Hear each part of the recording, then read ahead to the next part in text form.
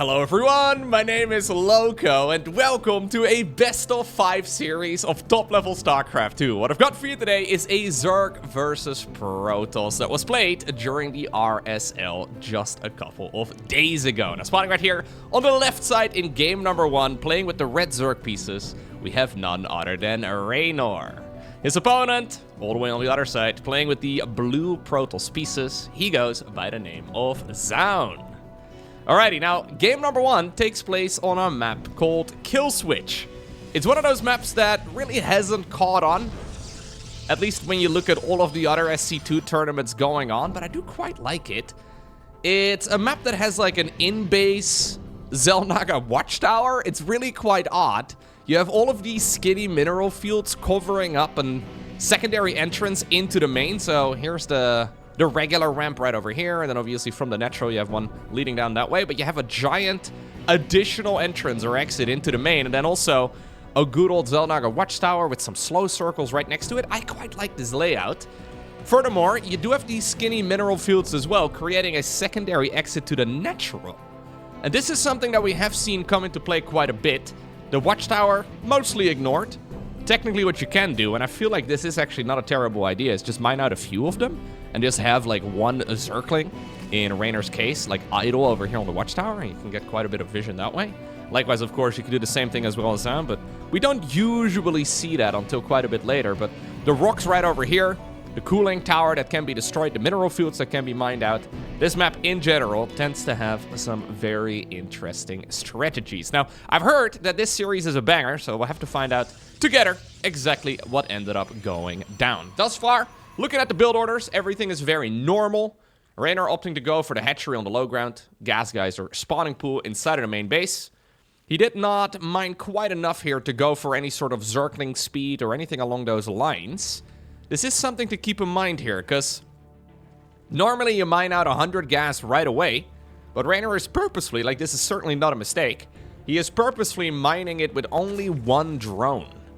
So he is gathering gas at an extremely slow rate for something. In the meantime, Stargate follow up right now for Zoun, who did of course go for the low ground wall off over here as well. The thing of course about those mineral fields, right, is we do see Zoun, okay. I mean, the map has been around for a little while now. Maybe he's got something spicy in mind. Obviously, you can mine this out offensively if you want as well, right? But you're gonna have to bring a whole load of workers across, and it doesn't really work so well.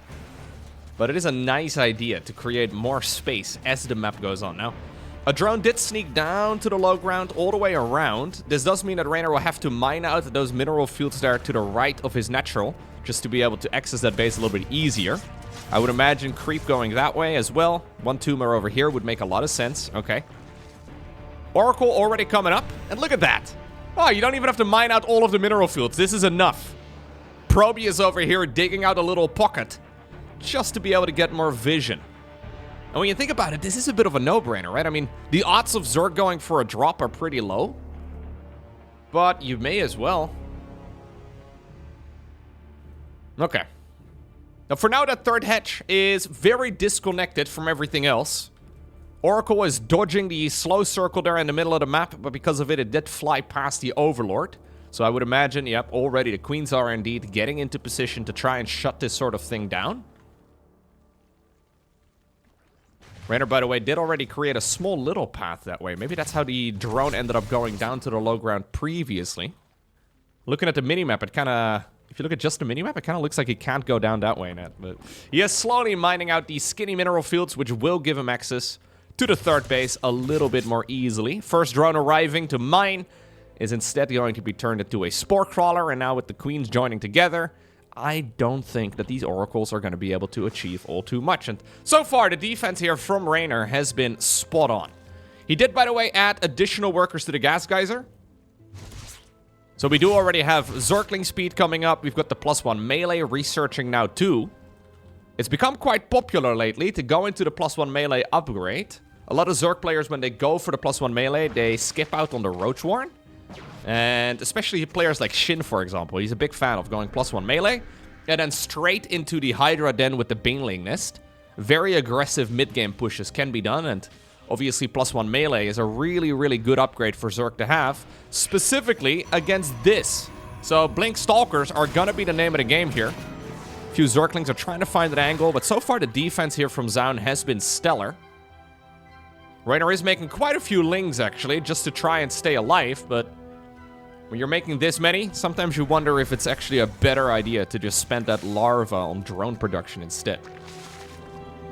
Either way, Lara's going to finish up in a moment, and indeed, thus far, we don't really have a whole lot of roach production yet, but he is adding a roach warren here eventually.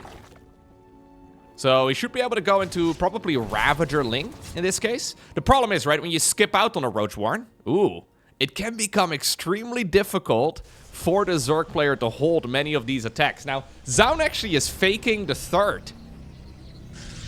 Reynor is going for a fourth base because he has seen that the opponent has got a third nexus, but the third nexus only has a little bit of mining going on. It really is just going to be 2-base economy here for the Protoss player. These two adepts, though, are really something that need to be addressed soon, although the Oracle's going down would also be a big deal. A bunch of Stalkers are dying at the front. Reynor has a little bit of wiggle room. He could certainly lose a bunch of units. This fourth hatchery probably should be cancelled. I think Reynor will, but he's just hoping that maybe the Protoss is going to attack it for a little while. +1 melee, though, is a phenomenal upgrade against this type of push. Getting 6 drones right at the very start is good. It is now going to allow Zoun to continuously make units. I think he's honestly doing the Zerg a favor here by forcing the council on this fourth. Either way, the Zerg army is already looking quite relentless. And this is one of those unlucky spots, right? If you would have gone into something else as a Protoss player here, if you could have, like, made it so that the +1 melee isn't so useful, I mean, still, this Protoss army needs to be respected. Maybe the fake third nexus is actually a good idea. I thought that the +1 melee was going to be able to shut this down right away. Reynor, by the way, not canceling the hatch. He decides to stick it around for a little bit longer, and I guess it's mostly just for larva production, but ultimately it does go down. No pro production, by the way, so Zoun really is just fully all in with Stalkers, and then more Stalkers, and then, well, more Stalkers. That's the entire game plan right here. The more time he gives to Zerg, though, the better it's going to be. Reynor is going to end up losing the Roach Warren, but mass Zergling production, assuming he's got the larva, should be able to be good enough. Then again, the Stalkers are reducing a lot of the surface area, and at this point, the numbers for the Protoss are starting to look better and better and better over time. Ravagers with corrosive balls, though, can obviously put in quite a bit of work just to force this Protoss army to micro. You know what? This is actually working for Zoun. I really thought that Reynor had all of the tools available to shut this sort of thing down, but Zoun, with a very unorthodox, almost like an old-school play. We used to see, like, 8-gate all-ins way back in the day. Look at him aggressively blinking in. The Immortal Century all-ins from like 2013 or so, when MC ended up going for a fake Nexus and then canceled the third at the last possible moment with an 8-gate. All on the back of this. I mean, obviously he didn't cancel the base, and obviously he is gonna, well, see a lot more Zerg production that we used to see back in the day. Maybe the Lings getting a wraparound right now are gonna be able to clean the job. It's a difficult defense here for Reynor, but I think he's just narrowly keeping all of this going. He didn't make the Roach Warren again. Losing all the Ravagers really does make life a little bit more difficult here for Reynor. And I think pushing that deep onto creep also just is a bit of a mistake. At this point, we do see a little bit of a worker transfer because the main is starting to run out. Zoun is not going to give up on this. I feel like this is very unorthodox for Zoun as well. A lot of Protoss players currently are big fans of just playing the late game. Zoun, in my mind, is also one of those Protoss players, but he is completely flipping the script here in the first game of the match. Zergling's trying to get the wraparound. The thing is, yeah, if this pylon goes down, I think the push goes down as well. Right now, I mean, obviously Zoun can still reinforce, but it would have to reinforce a little bit further back. No pylon over here even. So you would have to reinforce in the natural expansion, and all of this is going to slow down the Protoss player tremendously. Reynor finally feeling brave enough. He believes he's bought enough time here to go into the good old Roach speed research.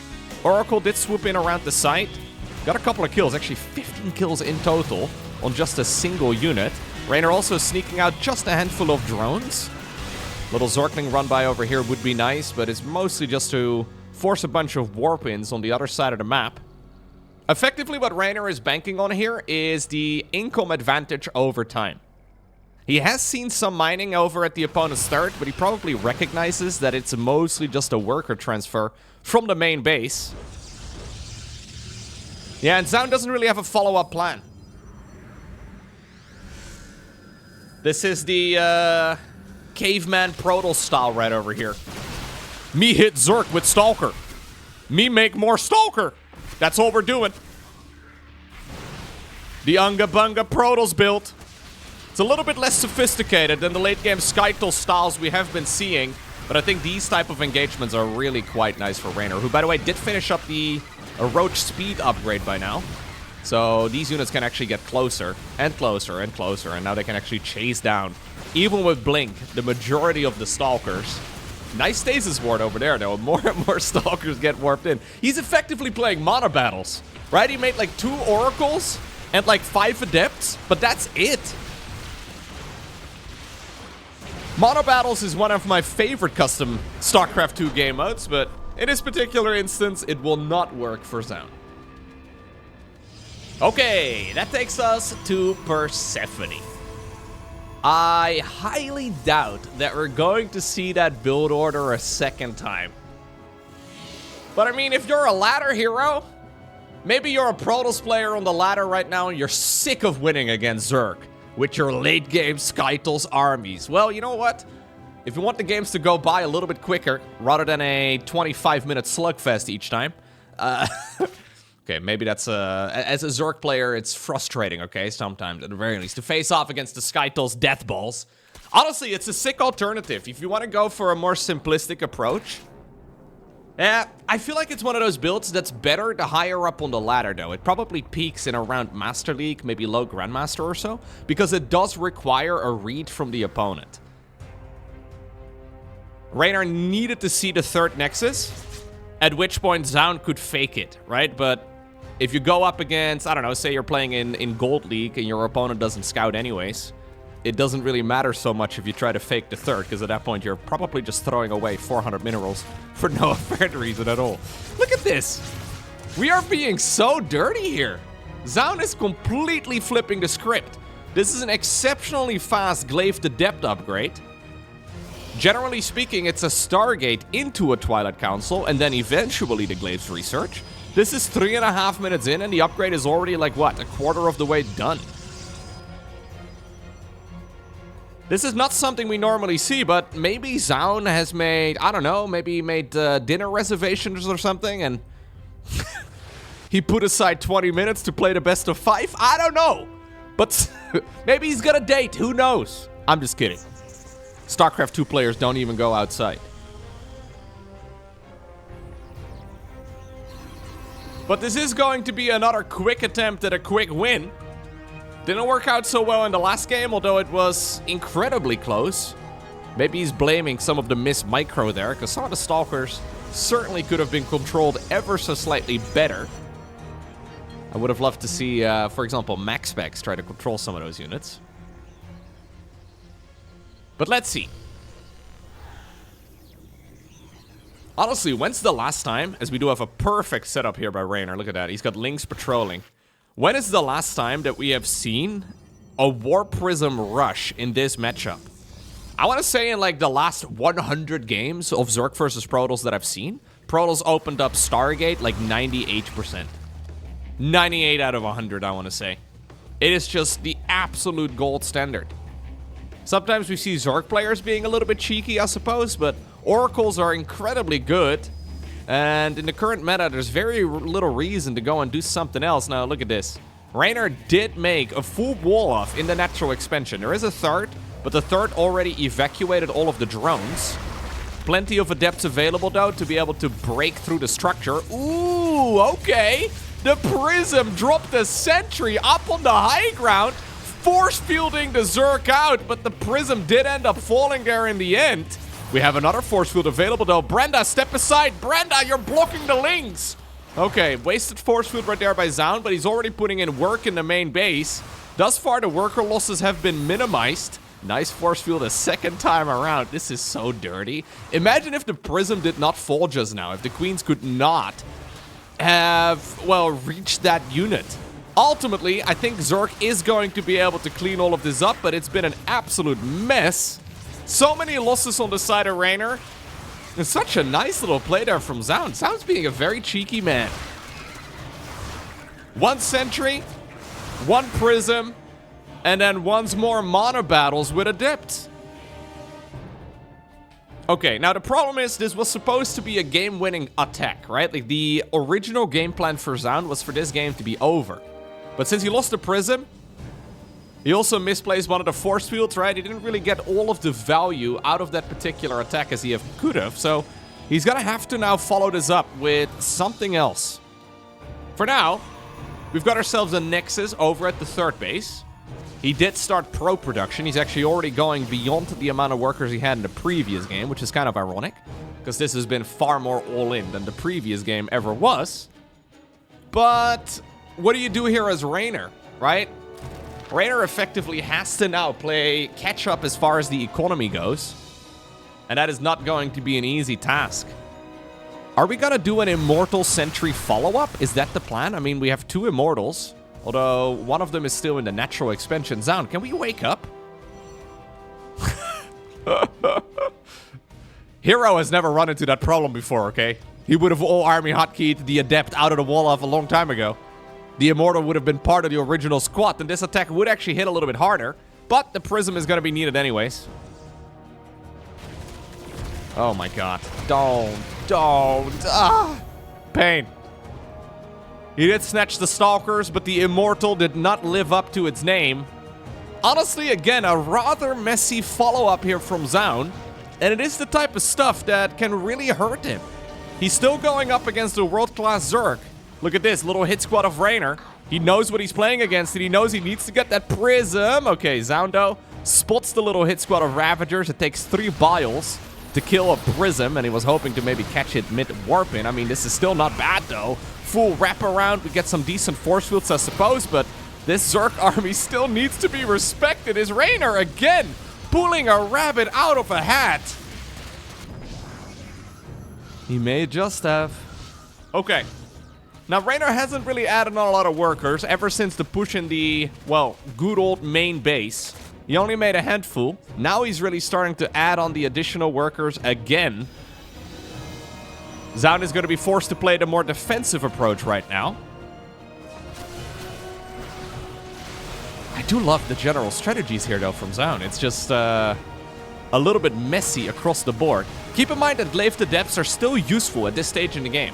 Normally they fall off at certain points, but if Zerg is still at a low eco, I don't think it's a bad idea. Can we dodge the biles at least a little bit? Can we at least pretend? There we go.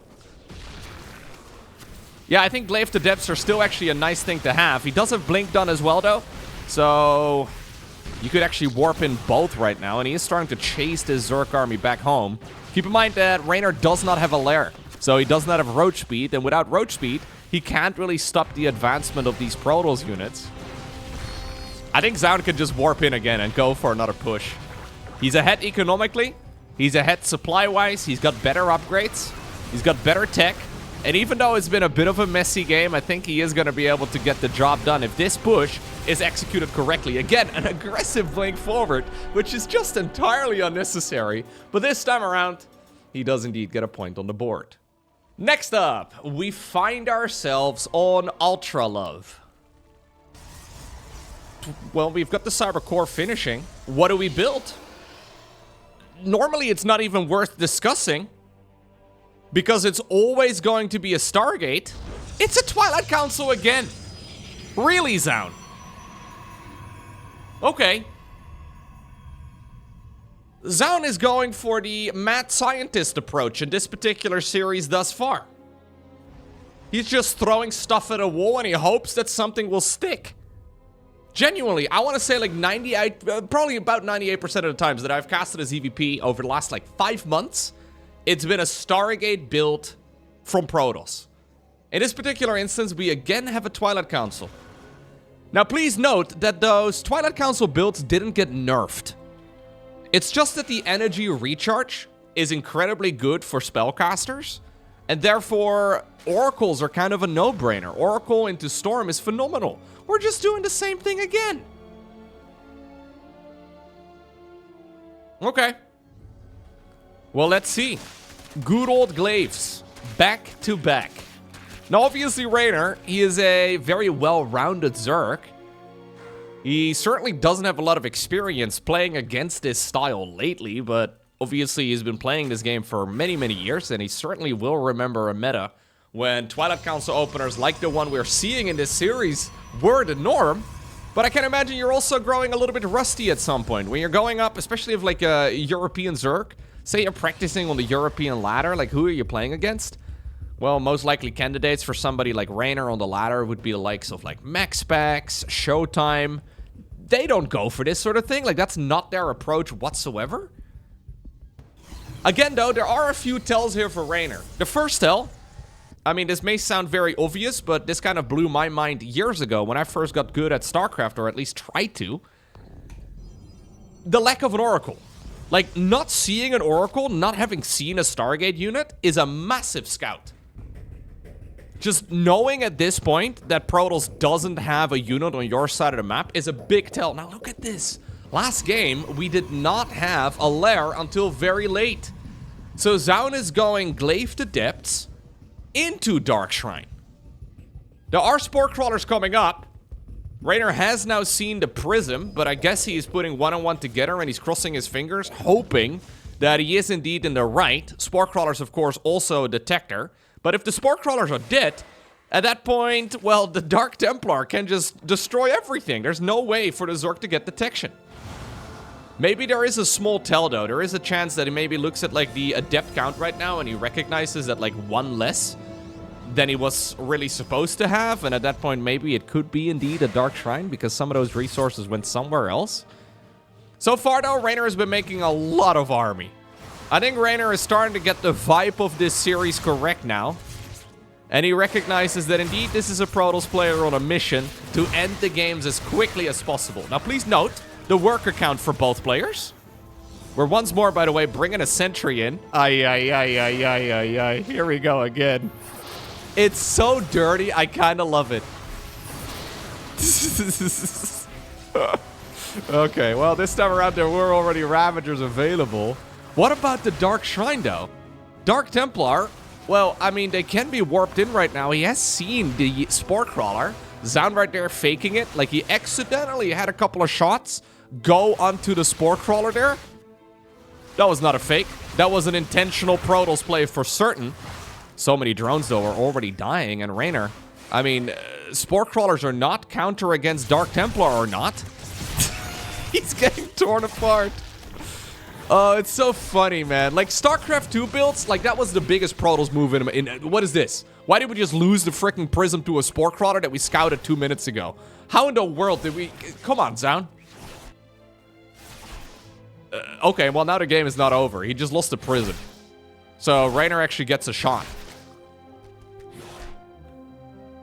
It's so stupid. Maybe the Dark Templar can still win the game. Ay. Anyways, it's one of those things, right? Where StarCraft 2 builds are very much so always in flux. And very frequently you will notice, if you watch for a long time, that it's a cycle. Like, certain build orders will lose popularity because the opponents get too good at countering them, or because of patches or something along those lines. And then after they haven't played against it in a while, because a lot of those builds are very, very specialized, they're very specific, after a little while, those builds are once more a viable option. Now, for some reason, we're not diving any deeper. I guess he knows that there might be a Spore Crawler nearby, although he knew that as well in the third base, and then he flew the Prism into it, so... take anything I say with a grain of salt, but... I mean, obviously, Reynor is in an absolute... well, disaster of a position. There is just really no way that he's going to be able to wiggle his way out of this. He is now going to require... about 7 critical errors from Protoss to be able to crawl his way back up in this match, and I just don't see it happening. Very good strategic choices here from Zoun. I love it. I think it's very fun to have more variety. And maybe Zoun is showing us that Protoss players are indeed capable of going for a variety of builds. Maybe Zergs have become a little bit complacent when it comes to the defense of these, well, more unorthodox strats. Look at this. We're going Glaive Adepts into Dark Templar, and now we're using the leftover Dark Templar to do Archon drops and snipe a bunch of Overlords and all the rest of it. We never see this, but it's still certainly viable. Again, we didn't see it anymore because other builds were considered better, but not because these strategies were nerfed. This used to be a common build for years. Zoun is ready to bring it home one more time. Careful with the Prism this time, please, but, I mean, honestly, what he could do is just snipe the third base, but he doesn't want it. He's smelling blood. He just lost the Prism again. Come on, man. Come on, Zoun. You're giving Protoss a bad name. A real mad scientist over here. I'm getting very strong Professor Putricide vibes. Good news, everyone. The slime is flowing again. Well, what is this? Reynor is needing to kill 2 bases with 6 Zerglings. I don't think it's gonna happen. GG. Okay, next up, we find ourselves on the map Evil Heart. An RSL exclusive map. Although, you can use it in your tournaments too. You can just find it in the StarCraft 2 melee section, but not a lot of tournaments seem to be running this map just yet. I think there have been a few weekly cups, but anyways, now that the Cybercore is done, what sort of build are we we're going Twilight Council again. Are you kidding me, Zoun? I love, by the way, how Zoun just, in the previous game, right at the absolute end of it, he just marched up the ramp. He just ate every single one of those biles. I'm pretty sure he could have not taken more damage from those Ravagers if he tried to. Actually kind of nuts how he lost the Prism and a couple of sentries, I believe, and triggered all of the barriers on the Immortals and all the rest of it, and then he still just plowed his way through all of the Zerg. Oh, alright, well, it's a Twilight Council again, together with a good old Robo facility. I am loving this, though. This is so nice. I really do feel, though, that Zoun should probably get punished for some of those misplays a little bit harder. Obviously, he got away because, I mean, he dealt enough damage by the time that those misplays were made. We're going back-to-back-to-back Glaive Adept all-ins. That's so silly. That is so funny. Again, Prism in the main base with a sentry. And then a push from there. Now, if you are in Reynor's shoes, right? Yes, you will see the lack of an Oracle. Yes, you will see that everything looks remarkably similar on the other side of the map. But is the opponent really gonna go for the same silly old build 3 times in a row? It becomes one of those weird mental mind games, where as a Zerg player, you're thinking here, like as Reynor here, you're thinking, yo, I've got limited amounts of information, but there's no way he's gonna do the exact same build again, is he? Well, I don't think we're gonna see a Dark Shrine this time around. So that's something, I suppose, but Reynor is really going up against, well, again, a very similar build for the 3rd time, and this time around, the Lynx are not patrolling in the spot where the Prism is flying by. This is, of course, a very new map still, so I can imagine that he just hasn't played against it a whole lot, or played on this map a whole lot just yet, so the Lynx are anticipating where some of this would be, but here we go again. Not even 5 minutes into the game, Zoun is roaming the map. This is the most Protoss I've ever seen Zoun. Very, very nice. It's the polar opposite of that very refined, say, for example, classic and max specs type of playstyle, right? Where they're very diligent with their little oracles, and then the follow-up timings have to be within a couple of seconds, because otherwise everything becomes a mess. And Zoun is going full sledgehammer, full caveman style in this particular series. Now, Reynor has been doing a good job staying on top of everything here. You can see that he is starting to remember how to deal with these sort of attacks properly. This is also not an easy map to be sending the Prism in, and I think that's what this 4-crawler is trying to protect. Preventing the sentry from being dropped onto the high ground again. I kind of love it. It's a lot of supply, though. And this will be the first time, I think, that... Yeah, Zoun... Is he gonna commit? I was gonna say, I don't think you really want to. It's gonna get awkward, though. Because Zoun is now getting to the point where he has so many adepts that he kind of needs to do something with them. Because once Zerg goes to, like, 150 supply... I mean, I'm pulling that number out of my ass, but... At some point, those adepts just fall off because they die too fast.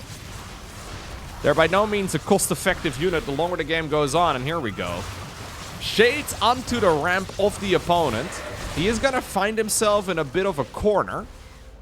Sentry is no longer around, is it? No, it might still be in. Ooh, we do get some nice corrosive balls. It's actually still just inside of the prism. Must have full energy by now. And I guess that's what he's using, right? So, this is still a modern twist to a pretty old school build. He's energy recharging the sentry to have additional force field energy available, which is kind of neat. I think that's what the modern twist in this particular build order from the Protoss player truly is. Well, look at the supply count now, though. Reynor did take a bit of a beating. He did take 9 drones down. Or Zoun, that is. He took 9 drones down on the side of the Zerg. But Reynor's army is just so freaking large. And I'm a little bit afraid for when this Zerg army starts marching. Keep in mind, though, that Reynor does not know whether or not there's Dark Templar. In the previous game, Zoun made a Dark Shrine, but he didn't show the DTs until much later. And even though DTs are usually used as like an all-in-y type of thing, you can also use them remarkably well for the defense. And Reynor right now is on match point.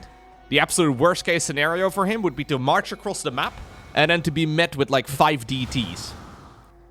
So I don't think he's marching. Nope, he has a real opportunity to close out the game right here. But he is respecting his opponent enough to not take the risk. Okay, well, this is giving Zoun more time. And what is he using the time on?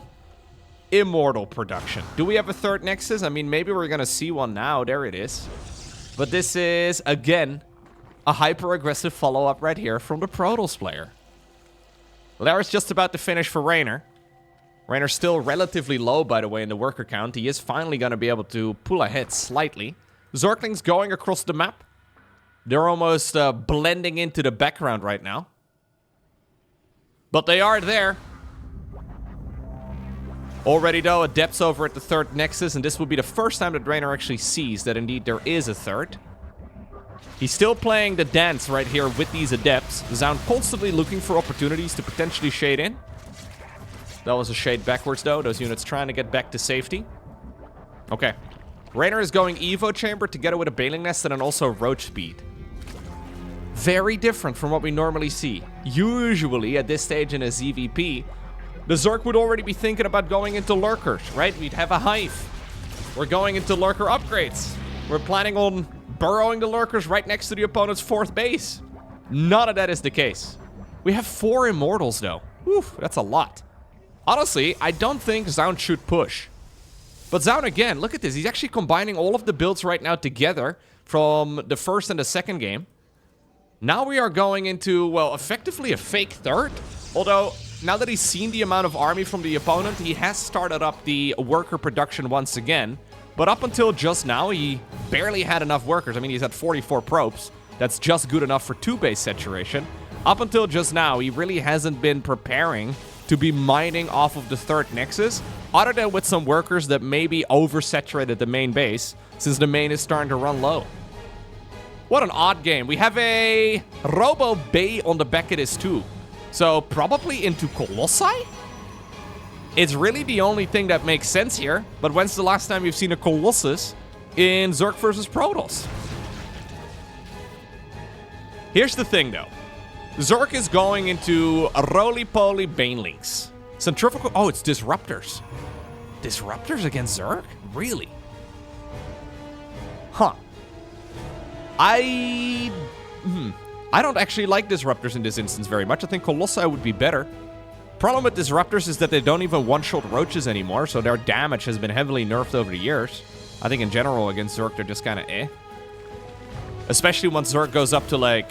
Well, normally by the time you can get Disruptors out, Zerg will already be at Hive Tech, and Vipers just completely tear Disruptors apart. But obviously with the way that this game started, Zerg is not going to be at Hive Tech. Maybe Disruptors actually have their place? Zoun is experimenting here. Experimenting in a tournament with a very significant prize pool. Either that, or he's been secretly practicing this for some time, because I've seen a lot of Zoun games over the last few months. Man, if he can grab a bunch of those units. If he can grab a bunch of those units! Oi, oi, oi, man. Luckily here for Reynor, the Ravagers don't die to a single hit either, but that was still an excellent hit. Bunch of Banelings end up going down. Good force fields here as well. Reynor clearly has not seen that unit in a while, but my question is there enough for the Protoss player to defend? Despite that phenomenal Disruptor hit, this Zerg army is still absolutely massive. Prism is here though, and with some good juggling, you can keep a lot of these Protoss units alive. He is in the meantime also counter-attacking with a few adepts, just, well, forcing some multitasking, and I think with the reinforcing Protoss unit showing up, this is a hold here for Zoun. I was a little concerned at the start of that fight because Zoun had like 6 Immortals, and he lost pretty much all of them right at the very beginning. But I think the reinforcing gateway units here, and then, well, some of the additional robo units too, really are allowing him to be okay. Yeah, he lost 4 Immortals in like the first 5 seconds of that engagement. Bit of a disaster, but I think it's okay. Apparently, we're going to continue the tug of war right now on the other side of the map. 4th Nexus, I think, is going to be a necessity here for Zoun, by the way, if he cannot win with this particular push. Nice dodges right there on the Roach Ravager army. Yeah, I think he needs one. I think he needs a base. Ooh, Adepts, okay, sort of split up right there against the roly-poly Banelings. But this is not a great push here for Zoun in the end. The Roach Ravager ball still is hitting pretty darn hard. Normally, Reynor, by the way, is very good in these type of games, I feel like. Chaos is usually where the man shines. Being forced to actually play the strategy game, right? I mean, StarCraft 2 is, of course, a strategy game, but it is also very much so a strategy game where you do need 400 plus APM. Well, you know what? Zoun on the dot. Reynor is, of course, one of the absolute fastest players in the game, currently averaging 550 throughout this game. It's a lot. But yeah, we are going to arrive soon at the weird point, and I think we're already there, where Protoss is not able to mine with the worker count that he's got. 16 out of 8 here on minerals. 16 workers for 4 mineral fields that are all drying up. We need a 4th Nexus, and we need it soon, because otherwise Protoss is going to run out of juice. I think that's what Reynor is leaning into right now. He's got a 4th hatchery of his own, so he's been transferring the workers around. His bases are all looking a little bit more healthy. Zoun is anticipating one all-in. So he is assuming here that Zerg is gonna max out and then do just one big all-in with Ravager Ling Bane. And you know what? He may be onto something here. But he is also crossing his fingers and almost begging the opponent to please go for said all-in. Because he needs to now defend the all-in that he believes is imminent. Because otherwise he should have certainly spent the minerals here, not on the photon cannons, but on additional economy instead. He's like, come on, all in me. Roll in the Banelings, please. Well, his wish may very well be heard here in just a moment. 4th Nexus starts up right now. That's a bit of a classic. Reynor actually, I wonder if he's looking at the timing of this 4th Nexus. He's like, wait a second, I'm being baited, am I not? Because it feels like you're being baited.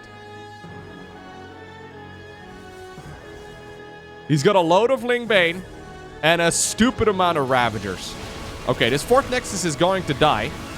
But Reynor is hoping for more than just the Nexus. Can we please cancel? Zoun? Zoun? Okay. 400 minerals down the drain. Okay, sure. Yeah. Nobody saw that? We do, however, have charts done right now. +1 in the fort is also finishing up. Nexus is going to be rebuilt. The problem here, Reynor is kind of stuck, right? Like, Reynor is kind of stuck on the units that he's got right now. And he can't really transition into anything else. All of his other alternative choices are kind of mediocre, but what about a big surround? Zerglings coming in, Baneling's starting to roll through, corrosive balls are landing, but so is the army dying on the left side. Now the force fields have run out though, and the Banelings are breaking through everything. Prism is being biled down, does end up falling. Baneling's a little bit indecisive. Nice splitties right there with the blink by Zoun. An absolute disaster of an engagement there, honestly, for both players. I don't think either is going to be too happy with the way that that fight concluded. But it may just be slightly better here for Reynor in the end. So many of the stalkers here ended up going down. And it looks like we have to go back to the drawing board now. It looks like both players have effectively lost all of their armies. And we're going back to what we were doing previously. Now this would be a decent opportunity for Reynor to try and tech up. He is now at Hive, so maybe a Viper or two would be really good. Vipers are a phenomenal unit against everything Robo-Bay. Be it Disruptors, be it Colossi, be it even Speed Prisms. Although, I guess that wouldn't really be... I mean, you need a Robo-Bay in order to pull that off, but not usually your first reason to tech up. At this point, though, Zoun really needs to get his feet back under him, right? Reynor is going to get a big power spike in a moment. This is 40% attack speed for Zerglings. Reynor is effectively... Yeah, he's trying to roll in. He's effectively creating like a... contain on the opponent's 3 bases, and that's it. Zoun is now nearly, well, 17.5 minutes in.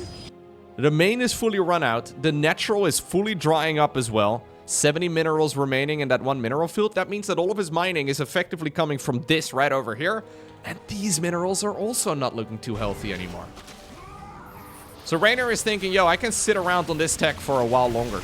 It's odd to be playing pure Ravagerling Bane coming up on 20 minutes, but it may just very well be the way to go about it all. Zerglings going in around the back. Nicely done.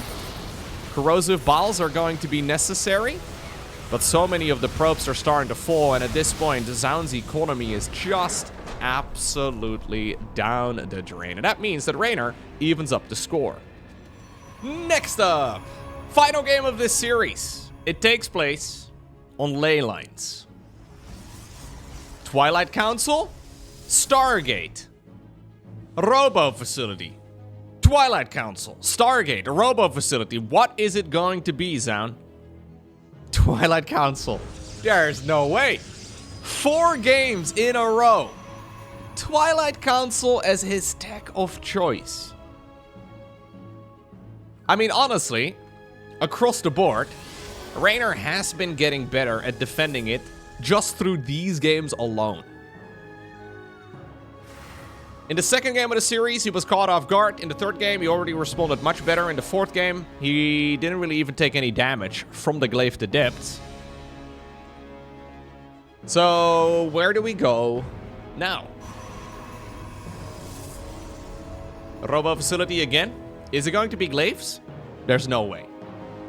Oh my god. Okay, sure. Resonating glaives. Zoun is going for different varieties, but only by a few seconds here and there. He's got 50 shades of glaives. A terrifying story that any Protoss player knows to heart. Maybe Zerg players, though, know it even better, because they have lost to it many a time. Now, I do feel like the key, especially early on, is to block your opponent's natural expansion. If you are going to play this build as a Protoss, it is very clever to block the opponent's natural, so they're forced to take their third base as their very first one. At which point, in general, like across the board, it just becomes more difficult for the Zerg to defend. Obviously, at this level, it doesn't make that much of a difference, but as a ladder hero, I can guarantee you that a lot of Zerg players will not feel nearly as comfortable. So, blocking the opponent's natural, forcing the third into glaive adept, bagger of a strategy. Even though we don't see it all too often, it seems like Zoun is bringing it back once again. I wonder if this is like a one-off. Sometimes pro players get in a bit of a mood where they're doing like one build, and they're only doing it for one day, and that's it.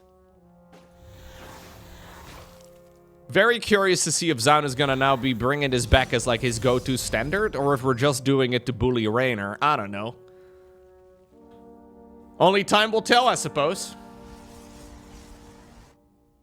Now, if you are liking these strategies, by the way, please do me a favor and hit the like button down below the video. That would be phenomenal. Thank you very much. We again, though, have the Zerg players scouting this from a mile away. And again, yep, I noticed a little dot on the minimap. We've got ourselves a spore crawler in position. It seems randomly placed. But we can drop a sentry, force field the ramp, and try to force GG. It's so funny, man, just seeing a spore crawler right over there in the middle of nowhere. Okay. For now, though, the defense is solid. Reynor goes up towards a lair right now as well at about 5 minutes. Okay, trying to see if he can snatch one of the Ravager kills. I kind of love that. Observer is nearby as well, just to detect some more of those units. Blink is going to be a follow-up right now. Forge also coming up for Zoun, who again goes into the Immortal production. So how do we play it out this time around? Do you think Reynor is coming up with any new ideas? Like, for example, could you pull off a Swarm Host defense? Normally, Swarm Hosts are kind of a shaky unit in this matchup. But there's no Oracles. There's very few spotter units out there in general. Like, Nidus Swarm Host would be kind of sick. I don't think that's going to happen. But I'm just saying, technically speaking, it shouldn't be an absolutely atrocious choice. I mean, it'd be pretty bad in a series as bad as, or as important as this one, but suddenly those build orders once more may very well become more viable as well. Dark Shrine, though, on the back it is right now for the Protoss. He's going Immortal Sentry, it looks like. Reynor scouts it. Great scout here with the Overseer. He's seen everything he wants to, and getting a kill on this third would be massive. I think he could actually target the third. It's a difficult call to make. He doesn't want to lose all of those links, because at that point you probably trigger an all-in from the opponent. And you would have no Zerglings anymore to try and defend against it. Dark Shrine together with a Glaives... Or, sorry, Dark Shrine together with a Templar Archives. Also a little finicky. When's the last time we've seen both of those at the same time on the production tab? In the meantime, we have some of the adepts in the main base just trying to be annoying. 3 drones end up going down. Not bad. This is kind of like Brood War right now, though, right? Whereas in Brood War, you don't need a Dark Shrine like this, but... It is kind of nice to see as a viable strategy here, too.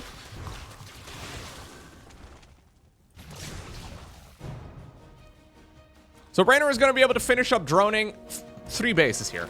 Yeah, I was going to say, when do you go for the 4th hatchery? Well, apparently, right now, minus 10 seconds is when you go for the 4th hatch. We have an infestation pit coming up. I kind of missed a couple Vipers in the previous game. But Reynor decided that he wanted to spend his money on additional Banelings and Adrenal Glands instead. Fair enough. Again, we are going Baneling Nest here too. But now Storm is coming up on the back of this here for the Protoss. So maybe he's going for this start. Reynor trying to get a lucky strike. He's going for this Glaive Adept opener into Immortal Sentry.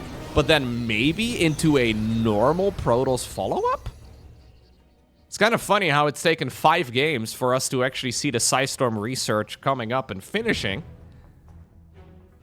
Normally, this is the absolute top priority of Protoss players in the current meta of SC2. They try to get that upgrade done ASAP.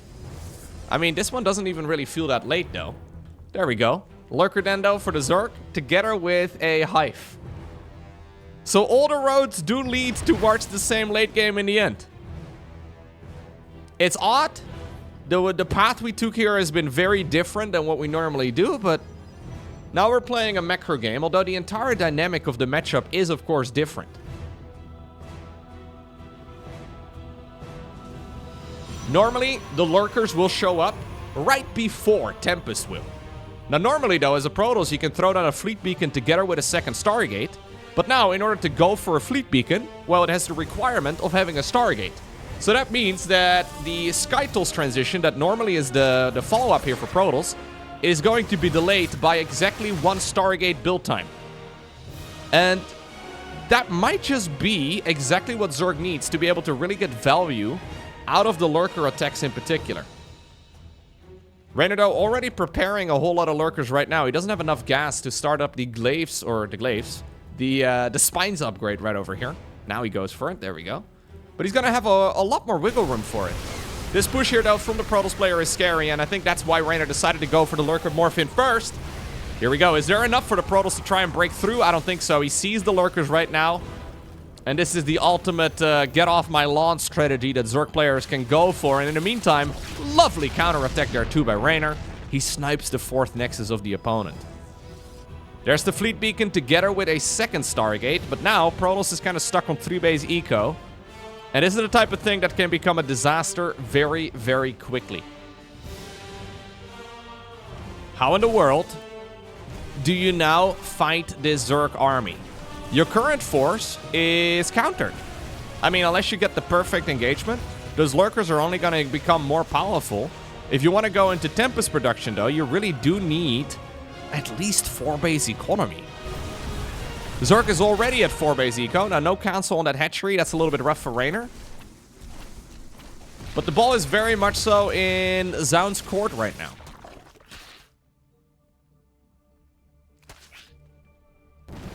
Tempests, though, are coming. 4th Nexus is being rebuilt. It's all slow going. Nice little Zealot run by here inside of the main base. Prism taking a little bit of a beating, but nothing all too crazy. Creep spread has been pushed around quite nicely. Zoun just really trying to keep tabs on this Zerg army, but he needs to be careful that he does not get overwhelmed. He's done a good job, though, keeping the Zerg player at home. It's one of those weird things where worst case scenario for him is that the Zerg units suddenly burrow over here. Very difficult for him to actually hold on. If he can get up to his like maxed out Skytles Death Ball, obviously that would still be preferable. Looks like an observer ended up dying on the other side of the map. Bunch of zealots are running after the exact spot where the lurkers were just seen and where the observer just died. A little bit odd, but okay. We decide to donate a bunch of them. Fair enough. Okay. So, Nidus Network is going to be Reynor's next weapon of choice. Where are you gonna worm it, though? That's the question, right? I mean, you could try and zoom into the main base, and I think that's the plan. But Zoun, despite being quite late on the Skytles transition, because of the way that he started off, he has now got the Tempest out. He's already got 4 of them. Number 5 and 6 are going to be coming in just a moment. Zergling run-by over here in the natural is a possibility. Nidus Network in the natural, of course, coming up. And this is all just one giant distraction for the lurkers to be able to get into position right over here. And I think you say goodbye to the 4th hatch. The 4th Protoss hatch, that is, although the storms are real good. There is about 0% chance that you can hold on against this big of a lurker ball. Yeah, the Tempests are trying their absolute best. My god, the storms are good. But the Zerg damage is good enough. I honestly don't think that was a terrible trait there, though, in the end. So many roaches and ravagers, a bunch of lurkers ended up dying. You also did get some damage done in the meantime on the other side of the map, probably warping in or running by with some of those zealots. Yeah, there they are. 13 drones have gone down. Reynor replenishing the lost supply with more Zerglings primarily. I actually think that hold there up north, I mean, I don't think it was the end of the world for Zoun. He lost the 4th Nexus, sure, but he dealt way more damage worth. And at the same time, he got a lot of damage done on the other side of the map too. I think that was okay. Nidus Worm in the meantime. Again, mostly as a distraction. Protoss Death Ball is slowly growing. Zoun doesn't want to have his entire army dedicated to killing the hatchery here, so only 3 zealots get to have that glory. Oh no, bunch of misrallied immortals. Back up, back up, back up to the safety of the shield battery. Okay, Reynor sees indeed that the base is being rebuilt. He decides to add on Corruptors now. The Corruptors, of course, is a main counter to the Skytles units that are now finishing up the +1 air weapons. I quite like this position for Zoun. It's a messy, a very scrappy way of getting there. Oh, no. No, no, no, no, no, no, no. Well, I take it back. He just lost all the High Templar. Are you... Why are they even here? How did the High Templar even go there? Ay, ay, ay.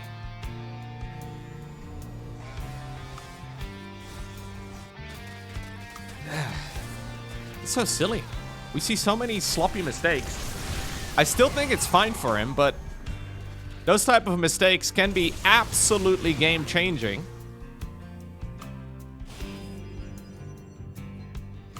Zerg, in general, I feel like you can't really play like that. Like, you can't really afford to lose, like, 6 Vipers and still be okay, right? Like, that's kind of unheard of.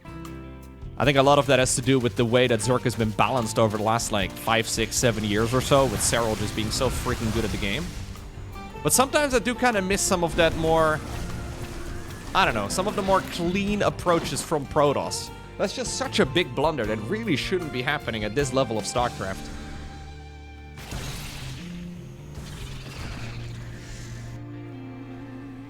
Either way, 5th Nexus now is done. And Reynor needs to address it. The Skytle's ball is becoming more and more dangerous, and he hasn't really been able to capitalize on getting all of those High Templar kills. Base over here in the top left will go down, but in the meantime, the Zerg Death Ball has arrived as well in the natural expansion. Well, I call it a Death Ball. This army does not have Infestors. It does not have Vipers. So, without those 2 spellcasters, I think it'll be difficult for Reynor to really achieve much. He is trying to go for the suffocation strat, where he's effectively trying to contain the opponent, but anytime he deals damage on the other side of the map, Zoun is doing an excellent job counter-attacking too with Zealots and, well, even dropping some High Templar, killing a bunch of drones. I think it's a really clever way of approaching this. Now it becomes an eye for an eye. And while Reynor was originally containing the opponent on a small economy, it's not like his own eco is particularly great at this point in time. Tempest production really has, by the way, been driven up a notch. He's got 7 of them right now. Mothership will be coming out in about a minute's time. We have a few Zealots hugging a gas geyser. They could be killing the, there we go, the hatchery right now, and they will indeed be able to complete that task. No cancel? No, he does cancel. Reynor very, very fast. Saves the majority of the minerals there, but still is slowed down quite a bit. In the meantime, we have another push as well. Is there a cancel here? Nope. It's just a little bit of that cleanliness, okay, that I'm missing sometimes. Still, it's going to be a lot of dead Zerglings. Likewise, the Zealots did not live to tell the tale. Archon survives, but only just barely. Okay, we're gonna go for the high ground one instead. Maybe not a bad idea. Actually, Zoun is double expanding it. Second Cyber Core coming up as well. Let's see. Lurkers over at the newly made base. They're indeed gonna shut it down. Reynor now also making one of his own. So at this point, I like the army of Zoun way better. And normally Zerg can compensate by having a vastly superior bank. But that is not the case at this point in the game. It's been scrappy. It's been rather messy. But I think Zoun is getting to the point where he is nearly unstoppable now. Reynor simply does not have the army to face off against all of these units head-on unless he gets fully surrounded, and that may just be exactly what ends up happening. The Zerg swarm comes in from every single side, but the High Templar are protected in the middle. Cloaking has been activated as well by the Mothership, meaning that all of the Lurkers on the right end up going down. Some of the other Protoss units sort of derp in, run through the spines. Again, scrappy, but I think the damage here from the Protoss army is still good enough. There's detection nearby too, and that means that every single one of those Lurkers goes down because of this one hero observer. Reynor immediately has to remax. He decided to spend his money on Hydralisks and Corruptors. These Archons, by the way, that were underneath must have dealt a lot of damage too. The one that just died had 15 confirmed kills to its name. Zoun is kind of overextending a little bit. I think he could chill. He made a whole bunch of Tempests, and they're gonna need to arrive here on the other side of the map, but he is smelling blood in the water right now. He wants to get here before new Lurkers can really be morphed in. He decides to recall it. Okay. Crazy moves here, honestly, across the board by Zoun, but I think he's making it work. I feel like one theme that we have seen time and time again at the highest level of StarCraft over the last few months is that Zerg needs both Infestors as well as Vipers to win. Unless Protoss is stuck on a low economy, it is extremely difficult for Zerg to get the job done without late-game spellcasters. I mean, it seems to me that pretty much all the top-level Zergs are trying to take a page out of Sue's book. They're just not making any spellcasters, but in this particular instance, I think Reynor probably would have been better off having them. GG, well played though. Does get called there in the end. And it is indeed Zoun who obtains the victory in some of the craziest games that I have seen over the last few months. So, not only did he just play this last game out like an absolute madman, he started off 4 of the games out of 5 in this series with a Twilight Council first, which again, I just haven't really ever seen in, honestly, like a half year or so, maybe even more. Like the most recent balance patch in StarCraft 2 was like, what, 9 months ago? Ever since that patch, it's been Stargate, Stargate, Stargate, pretty much every single Protoss versus Zerg. But if anything, Zoun showed us here in this series that Twilight Council openers are still certainly viable.